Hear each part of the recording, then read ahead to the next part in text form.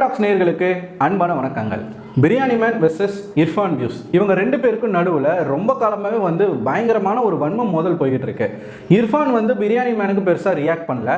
ஆனால் பிரியாணி மேன் ஒவ்வொரு சம்பவம் நடக்கும்போது இர்ஃபானை வச்சு செஞ்சுக்கிட்டு இருக்காரு. அந்த விதத்தில் பிரியாணி மேன் ஒரு வீடியோ ஒன்று போட்டிருந்தாருங்க.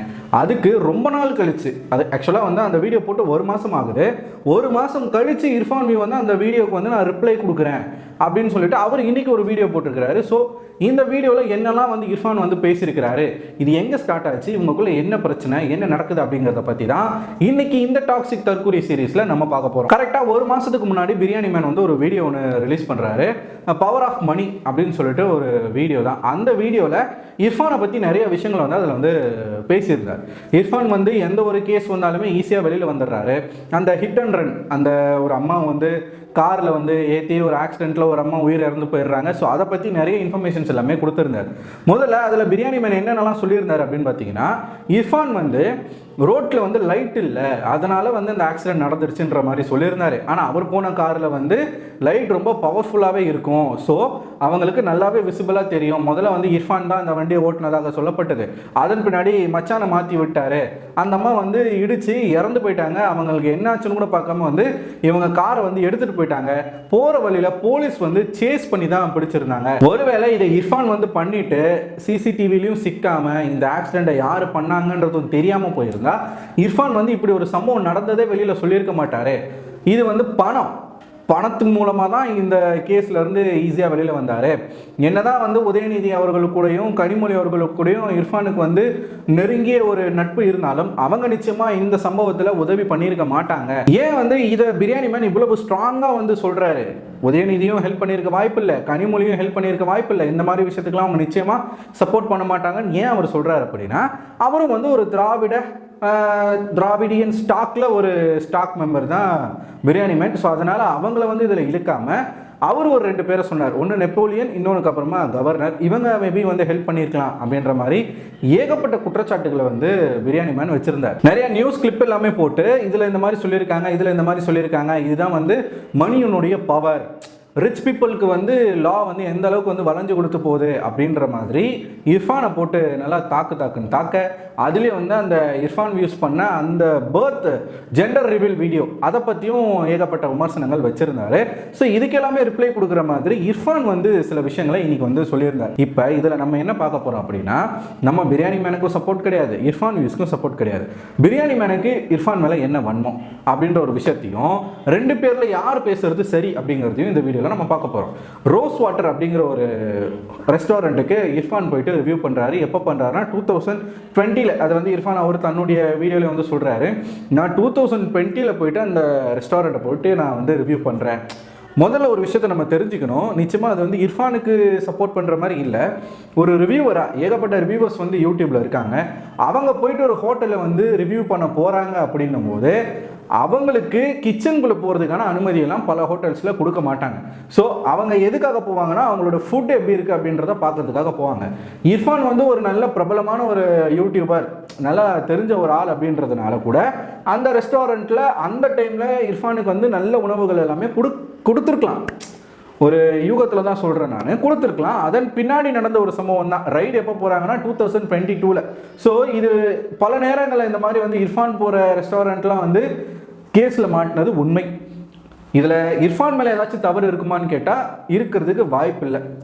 ஏன்னா அவங்கள பொறுத்த வரைக்கும் அவங்க போவாங்க, அன்றைக்கி எது இருக்கோ அதை சாப்பிட்டு நல்லா இருக்குது நல்லா இல்லைன்றதை சொல்லுவாங்க. இர்ஃபான் மட்டும் இல்லை, ஏகப்பட்ட யூடியூபர்ஸ் இருக்காங்க. நம்ம பக்கோடா பாய்ஸாக இருக்கட்டும், இந்த மாதிரி நிறைய ரிவ்யூ பண்ணக்கூடிய ஆட்கள் இருக்காங்க. ஸோ அவங்களுக்கு இதில் தொடர்பு இருக்குமான்னு கேட்டால் டவுட்டு தான். கிச்சனை ஒழுங்காக வச்சுக்கிறதும் அசுத்தமாக வச்சுக்கிறதும் கெட்டுப்போன கறியை மக்களுக்கு கொடுக்கறதும் எத்திக்ஸோட ஒரு ஹோட்டலையோ ஒரு ரெஸ்டாரண்ட்டையோ இல்லை ஒரு ரோட்டு கடையோ அவங்க ரன் பண்ணுறதும் அவங்களுடைய ரெஸ்பான்சிபிலிட்டி தானே தவிர்த்து இதில் நம்ம ரிவ்யூ பண்ணக்கூடிய ரிவ்யூவர்ஸை சொல்லி ஒன்றும் பிரயோஜனம் கிடையாது. பாலிமர்லேருந்து ஏகப்பட்ட சேனலில் இர்ஃபானை போட்டு பயங்கரமாக ரோஸ் பண்ணியிருக்காங்க. இதுக்கு இர்ஃபானுமே இன்னைக்கு பதில் கொடுத்துருக்கிறார். நான் போனது என்னைக்கோ, ரைடு நடந்தது 2022ல். இதில் என் மேலே என்ன மிஸ்டேக் இருக்குன்னு சொல்லியிருந்தார். அதே மாதிரி பிரியாணி மேன் அக்கா கடை அப்படின்ற ஒரு ரோட்டு கடை, பாண்டி பஜாரில் இருக்கிற ஒரு கடை, அங்கே எந்த அளவுக்கு அன்ஹைஜீனிக்காக இருக்கும், எந்த அளவுக்கு டஸ்ட்டு இருக்கும், அதை போயிட்டு இவர் ரிவ்யூ பண்ணுறாரு அப்படின்னு சொல்லிட்டு பிரியாணி மேன் பேசியிருந்தார். இது என்னாலே இதை ஏற்றுக்க முடியாது. இன்ஃபேக்ட் சொல்ல போனால் மிகப்பெரிய ரெஸ்டாரண்ட்டை விட ரோட்டு கடை தான் இன்றைக்கி சுத்தமாக செய்கிறாங்க. ரோட்டு கடையில் போய் நீங்கள் நம்பி சாப்பிட்லாம். அங்கே சாப்பிட்டு இது வரைக்கும் எனக்கு இந்த பிரச்சனை வந்துச்சுன்னு யாருமே இது வரைக்கும் கம்ப்ளைண்ட் பண்ணது கிடையாது. ஆனால் ஒவ்வொரு ரெஸ்டாரண்ட்டும் ஒவ்வொரு ஹோட்டலும் கேஸில் மாட்டிக்கிட்டே இருக்காங்க. ஒரு நாளைக்கு ஒரு 2-3 ரெஸ்டாரண்ட் ஆச்சு இந்த மாதிரி கேஸில் மாட்டுது. கெட்டு போன கறியை கொடுக்குறது, சாப்பிட்டு போட்ட எலும்பை சூப்பில் போட்டு திருப்பி கொடுக்குறது, பல நாள் வச்சிருந்த மீட்டை வந்து சமைச்சு கொடுக்கறது, புழு இருக்கிற கறி, மட்டனாக இருக்கட்டும் சிக்கனாக இருக்கட்டும், நாய்க்கறியெல்லாம் கலந்து கொடுத்ததுலாம் சென்னையில் நடக்குது. ஆட்டுக்கறின்ற பேரில் நாய்க்கறியெல்லாம் மிக்ஸ் பண்ணி கொடுத்துலாம் நிறைய மாட்டினாங்க. 2-3 குழந்தைங்கள்லாம் வந்து இறந்து போயிருக்காங்க. இப்படி சம்பவங்கள் எல்லாமே நடக்குது ரெஸ்டாரண்ட்டை சுற்றியும் ஹோட்டல்ஸை சுற்றியும். ரோட்டு கடையில் இது வரைக்கும் அந்த மாதிரி நடந்ததே கிடையாது. ஸோ பிரியாணி மேன் என்ன பண்ணுறாருன்னா, பொதுவாக ரோட்டு கடை எல்லாமே வந்து பயங்கர அன்ஹைஜீனிக்காக இருக்கும், சுத்தமாக இருக்காது, டஸ்ட் இருக்கும்.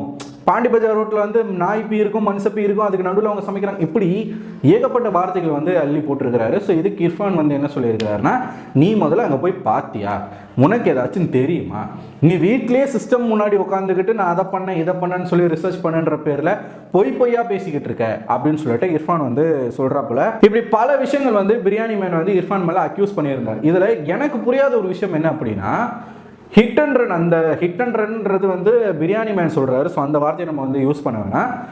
அந்த ஆக்சிடென்ட் நடந்து 2 வருஷம் 1 வருஷம் கழிச்சு தான் அதை பற்றி யார் பேசுகிறா, பிரியாணி மேன் பேசுகிறாரு.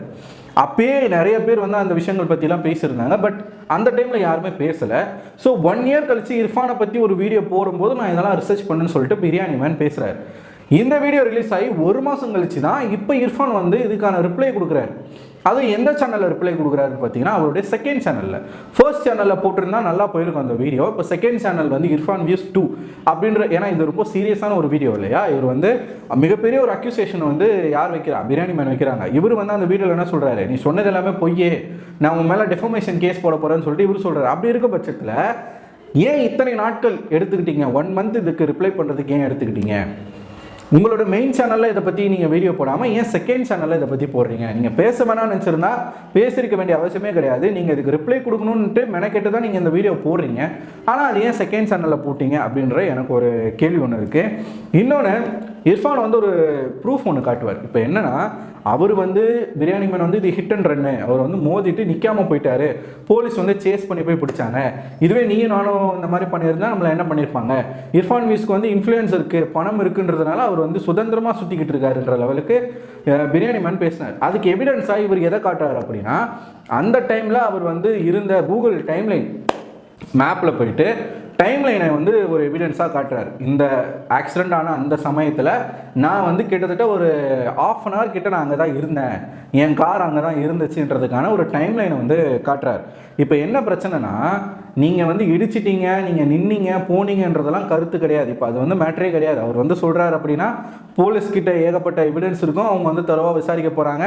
ஸோ யார்கிட்ட என்ன ப்ரூஃப் இருக்கோ காட்டலாம். இர்ஃபான் வந்து இதுக்கு நீங்கள் ரிப்ளை கொடுக்கறதுக்கு பதிலாக, இந்த டைம்லைனை நீங்கள் காட்டுறதுக்கு பதிலாக, இறந்து போனால் அந்த குடும்பத்துக்கு நீங்கள் என்ன பண்ணீங்க அப்படின்றத நீங்கள் சொல்லியிருக்கலாம். இப்போ சரி, இது ஆக்சிடெண்ட்டாகவே இருக்கட்டுமே, தவறு நடந்து போச்சு, அந்த அம்மா இறந்துட்டாங்க, அவங்களுக்கு வந்து வீட்டில் வசதி இல்லாத ஆட்கள், நீங்கள் அதை சொல்லியிருக்கலாம். இந்த மாதிரி நான் ஒரு தப்பு பண்ணிட்டேன், இதுக்காக நான் இதெல்லாம் வந்து அதை சொல்லி காட்டணும்னு நினச்சி இவர் சொல்லாமல் இருந்தாரா என்னன்னு தெரில. பட் இந்த இடத்துல நீங்கள் அதை ரிவீல் பண்ணியிருந்தா மேபி இன்னும் கொஞ்சம் நல்லா இருந்திருக்கும் அப்படின்றது என்னுடைய கருத்து. இப்படி வந்து ஒரு எங்களுடைய தவறாலேயே நடந்ததாகவே இருக்கட்டும், இந்த மாதிரி நாங்கள் பண்ணியிருக்கோம், இதுக்கு இத்தனை நாள் நாங்கள் வந்து இவ்வளோ விஷயங்களை வந்து லீகலாகவே நாங்கள் மூவ் பண்ணிகிட்டு இருக்கோன்றதை சொல்லியிருக்கலாம். மொத்தமாக வந்து பிரியாணி மேன் சொன்ன எல்லா அக்யூசேஷனுக்கும் இர்ஃபான் வந்து ஒரே வார்த்தையில் இவர் வந்து பொய் பேசுகிறாரு, இவர் வந்து ஒரு தற்குறி அப்படின்ற ஒரு வார்த்தையை மட்டும்தான் சொல்கிறாரே தவிர்த்து ஒவ்வொரு விஷயத்துக்கும் தனித்தனியாக வந்து ஒரு எக்ஸாம்பிளோட இல்லை ஒரு எவிடன்ஸோட இல்லை வந்து ஒரு கிளியர் எக்ஸ்பிளனேஷன் வந்து இர்ஃபான் வந்து கொடுத்துருக்காரா, இந்த வீடியோ போடணும் அப்படின்ற ஒரு கட்டாயத்தில் போட்ட மாதிரி தான் இருக்கிறதே தவிர்த்து ஒரு கிளியரான எக்ஸ்பிளனேஷன் இந்த வீடியோவில் எனக்கு கிடைக்கல. ஸோ மொத்தமாக இர்ஃபான் வந்து சொல்ல வர்றது என்னன்னா, ரிச் அண்ட் ஃபேமஸாக இருக்கிறவங்கள பார்த்தாலே இந்த பிரியாணி மேனுக்கு வந்து எரியுது, உனக்கு எங்கடா எரியுது, நான் வந்து என்னுடைய பேபி ஜெண்டரை ரிவீல் பண்ணுறேன்னா அது என்னுடைய சந்தோஷம், என் கமெண்ட்ஸில் போய் பாரு, அத்தனை பேர் இருக்காங்க, இத்தனை பேர் வந்து பாசிட்டிவாக கமெண்ட் பண்ணியிருக்காங்க, அப்படி இப்படின்னு வந்து இப்போ இர்ஃபான் வந்து என்ன சொல்ல வர்றாருன்னா, அவர் செய்யக்கூடிய சில மிஸ்டேக்ஸையும் வந்து பிரியாணி மேன் வந்து போட்ட வீடியோவை காரணமாக வச்சு அவர் வந்து நியாயப்படுத்த விரும்புகிறார். நீங்கள் வந்து என்னதான் சொன்னாலும் இந்த ஜெண்டர் ரிவீல் வந்து இங்கே நீங்கள் பண்ணது தப்பு தான், வெளிநாடுகள் அதுக்கு அனுமதி இருக்குன்னா அது அங்கேயே நீங்கள் வந்து என்ன பண்ணியிருக்கணும், ஒரு வீடியோவாக அங்கே இருந்தே நீங்கள் ஷூட் பண்ணி போட்டிருக்கலாம். நீங்கள் இங்கே வந்து நீங்கள் வந்து உங்களுடைய வீட்டில் வச்சு எல்லாருமே கூப்பிட்டு வச்சு நீங்கள் ஒரு பப்ளிக்காக அந்த விஷயத்தை வந்து நீங்கள் ரிவீல் பண்ணது அப்படின்றது தப்பு. இர்ஃபான் வந்து கஷ்டப்பட்டு தான் வந்திருக்கார். யாருமே வந்து இந்த இடத்துக்கு வந்து ஈஸியாக வந்துடல. எல்லாருமே இப்போ நான் வந்து 0ல இருந்து ஸ்டார்ட் பண்ணுறேன். ஆனால் இது என்னோட ஃபர்ஸ்ட் சேனலான்னு கேட்டால் கிடையாது. இதுக்கு முன்னாடி நான் ஒர்க் பண்ணது வேறு, நான் இருந்த சேனல் வேறு. இது வந்து இப்போ நான் ஸ்டார்ட் பண்ணி நான் பண்ணிக்கிட்டு இருக்க ஒரு விஷயங்கள். இதுக்கப்புறமும் நீங்கள் என்ன வேறு சேனலில் தான் பார்ப்பீங்க, அது வேறு. ஸோ என்ன சொல்ல வரேன்னா, எல்லாருமே 0ல இருந்து தான் ஆரம்பிப்பாங்க. இன்றைக்கி இர்ஃபான் இவ்வளோ தூரத்துக்கு வளர்ந்துருக்காரு அப்படின்னா நிச்சயமாக அவருடைய கடின உழைப்பு காரணம். அந்த கடின உழைப்பு இன்றைக்கி நீங்கள் ஒரு ஸ்டேஜில் இருக்கீங்க அப்படின்னும் போது அந்த இடத்துக்கான ரெஸ்பான்சிபிலிட்டிஸும் உங்கள்கிட்ட இருக்கணும். சில விஷயங்களில் நீங்கள் ரெஸ்பான்சிபிலிட்டியாக நடந்துக்கிறீங்க, சில விஷயங்களில் அது இல்லை, குழந்தைத்தனமாக நீங்கள் வந்து பண்ணிடுறீங்க. அது என்ன ஆகுதுன்னா வெளியில் மிகப்பெரிய ஒரு பிரச்சனையை கிளப்பி விடுது. பிரியாணி மேனை நம்ம எடுத்துக்கிட்டோம் அப்படின்னா, ரிச் அப்படின்ற ஒரு விஷயத்தை ஒரு டேங்கை வச்சு இர்ஃபானை வந்து அவர் பயங்கரமாக தாக்குறாரு. இர்ஃபான் கிட்ட வந்து பிரியாணி மேன் எப்பயுமே பேசிட்டு தான் இருப்பார். இது வந்து இர்ஃபான் சொன்னது. இந்த வீடியோ போட்ட பிறகு கூட நான் வந்து பிரியாணி மேனுக்கு காண்டாக்ட் பண்ணும்போது அவர் எனக்கு ஒரு மெசேஜ் அனுப்புகிறாரு. ஸோ நீங்கள் இந்த வீடியோ பார்த்து தான் நீங்கள் எனக்கு கூப்பிட்றீங்கன்னு எனக்கு நல்லாவே தெரியுது. இது வந்து பர்சனல் கிடையாது. பணம் இருக்கிறவங்களுக்கு இந்த லா எப்படி வேலை செய்யுதுன்ற ஒரு வெறுப்பில் போட்ட ஒரு வீடியோன்ற மாதிரி பிரியாணி மேன் வந்து இர்ஃபானுக்கு ரிப்ளை கொடுத்ததாக இர்ஃபான் வந்து சொல்கிறார். இப்போது பிரியாணி மேன் சொல்கிறது சரிதாங்க, நான் ஒத்துக்கிறேன். இந்த விஷயத்தில் நான் பிரியாணி மேனுக்கு வந்து நான் சப்போர்ட் பண்ணுறேன். நம்மளுடைய இந்தியாவில் பணம் இருக்கிறவர்களுக்கு சட்டமும் காவல்துறையும் எல்லாமே, நீதித்துறையாக இருக்கட்டும் காவல்துறையாக இருக்கட்டும், கொஞ்சம் வளைஞ்சு கொடுத்து அவங்களுக்கு ஃபேவராக தான் நடக்குது. மோஸ்ட்லி அப்படி தான் இருக்குது. சில விஷயங்களில் பணம் இருக்கிற ஆட்களாகவே இருந்தால் கூட சில விஷயங்களில் அவங்களுக்கு கரெக்டான தண்டனைகளும் இந்தியாவில் கிடச்சிருக்கு. ஸோ மெஜாரிட்டியாக வந்து என்ன நடக்குதுன்னு பார்த்தீங்கன்னா, லா வந்து அவங்களுக்கு ஃபேவராகத்தான் இருக்குது. இப்போ இர்ஃபானை பற்றி பேசிக்கிட்டு இருக்க பிரியாணி மேன் கொஞ்ச நாளைக்கு முன்னாடி வந்து முகேஷ் அம்பானி பையன் அனந்த் அம்பானியுடைய மேரேஜ் நடந்துச்சு. 5000 கோடி செலவு அப்படின்னு சொல்கிறாங்க. இந்த 5000 கோடி செலவு அப்படிங்கிறது அம்பானியுடைய சொத்து மதிப்பில் 0.5% தானா.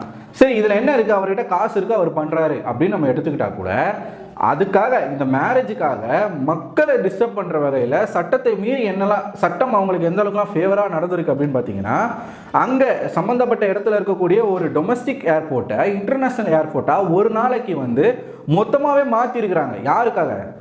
அம்பானிக்காக. அந்த சரௌண்டிங்கில் இருக்கக்கூடிய ஏரியாவை மொத்தமாக லாக் பண்ணி வெளியில் இருக்கிற யாருமே, அதாவது இந்த கல்யாணத்துக்கு வர்றவங்களை தவிர்த்து அங்கே இருக்கக்கூடிய பொதுமக்கள் யாருமே உள்ளே வரக்கூடாதுன்ற அளவுக்கு ஒரு நாள் முழுக்க அந்த ரோட்டெல்லாம் பிளாக் பண்ணி வச்சுருந்துருக்காங்க. யாருக்காக? அம்பானிக்காக.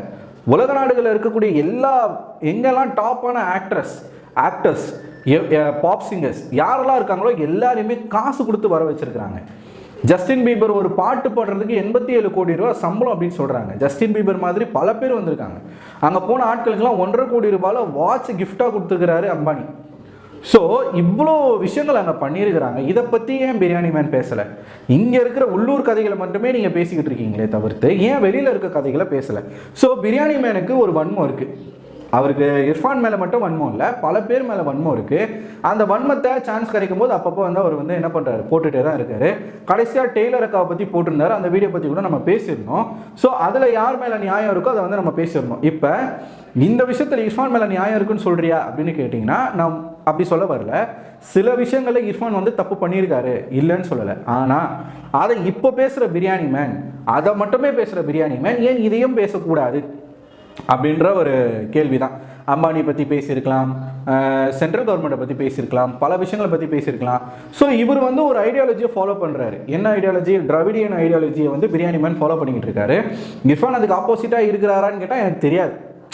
ஸோ அவர் வந்து எல்லாருக்கூடையும் வந்து பழகிட்டு தான் இருக்காரு. ஸோ அப்படி இருக்கும்போது சான்ஸ் கிடைக்கும் போது இந்த வளர்ந்த ஆட்களை வந்து அப்பப்போ வந்து குத்துறாரு அப்படின்னு மட்டும் எனக்கு தோணுது. இவங்க வந்து உடனடியாக ஃபேமஸ் ஆகிட்டு இருக்காங்க. அவங்கள வந்து நம்ம ஏதாச்சும் பண்ணி நம்மளுடைய வன்மத்தை இந்த மாதிரி தீர்த்துக்கணும். அதன் மூலமாக நம்மளுக்கும் என்ன ஆகணும், கொஞ்சம் வந்து ஃபாலோவர்ஸ் இந்த மாதிரிலாம் வரணும் அப்படின்றதுக்காகவே பிரியாணி மேன் பேசுகிற மாதிரி தோணுது. கடைசியாக 11 நாளுக்கு முன்னாடி அவர் வீடியோ போட்டிருக்காரு. 11 நாளாக எந்த விதமான கண்டென்ட்டுமே இல்லை. யாராச்சும் எப்பயாச்சும் சிக்கினாங்க அப்படின்னா அதை வச்சு ஒரு கண்டென்ட் போடுவார் போல், அப்படி தான் இருக்குது. ஸோ இன்றைக்கி இர்ஃபான் போட்டிருக்கிற அந்த வீடியோவுக்கு நிச்சயமாக பிரியாணி மேன் வந்து ரிப்ளை கொடுத்து ஒரு வீடியோ போடுவாருன்னு நினைக்கிறேன். போடும்போது பார்ப்போம் என்ன நடக்குதுன்னு சொல்லிட்டு. ஸோ நீங்கள் என்ன நினைக்கிறீங்க? இவங்க 2 பேருக்குள்ள, ஏன்னா இர்ஃபான் வந்து இதான் ஃபர்ஸ்ட் டைம் பிரியாணி மேன் பற்றி ஒரு வீடியோ போடுறாரு ரிப்ளை கொடுத்து. ஆனால் பிரியாணி மேன் அடிக்கடி இர்ஃபானை தாக்குறதா இருக்கட்டும், இல்லை மற்ற ஆட்களை வந்து தாக்குறதா இருக்கட்டும், அதை பார்க்கும்போது உங்களுக்கு என்ன தோணுது? வன்மத்தின் வெளிப்பாடா, இல்லை உண்மையாகவே ஜென்யூனாகவே வந்து இவங்களுடைய மிஸ்டேக்ஸ் வந்து அவர் வந்து பேசணும்னு நினச்சி பேசுகிறாரா? அப்படி பேசினா எல்லாரை பற்றியும் பேசலாம், ஆனால் ஏன் பேச மாட்டுறாரு? அங்கே தான் ஒரு கொஸ்டின் மார்க் இருக்குது. ஸோ உங்களோட கருத்துக்களை கமெண்ட் பாக்ஸில் போஸ்ட் பண்ணுங்கள். இது போன்ற வீடியோக்களை பார்க்கணுன்னா நம்ம சேனலை மறக்காமல் ஃபாலோ பண்ணுங்கள். அடுத்த ஒரு வீடியோவில் உங்களை வந்து சந்திக்கிறேன். அதுவரை உங்களிடம் விடைபெறுவது நான் அரவிந்தன்.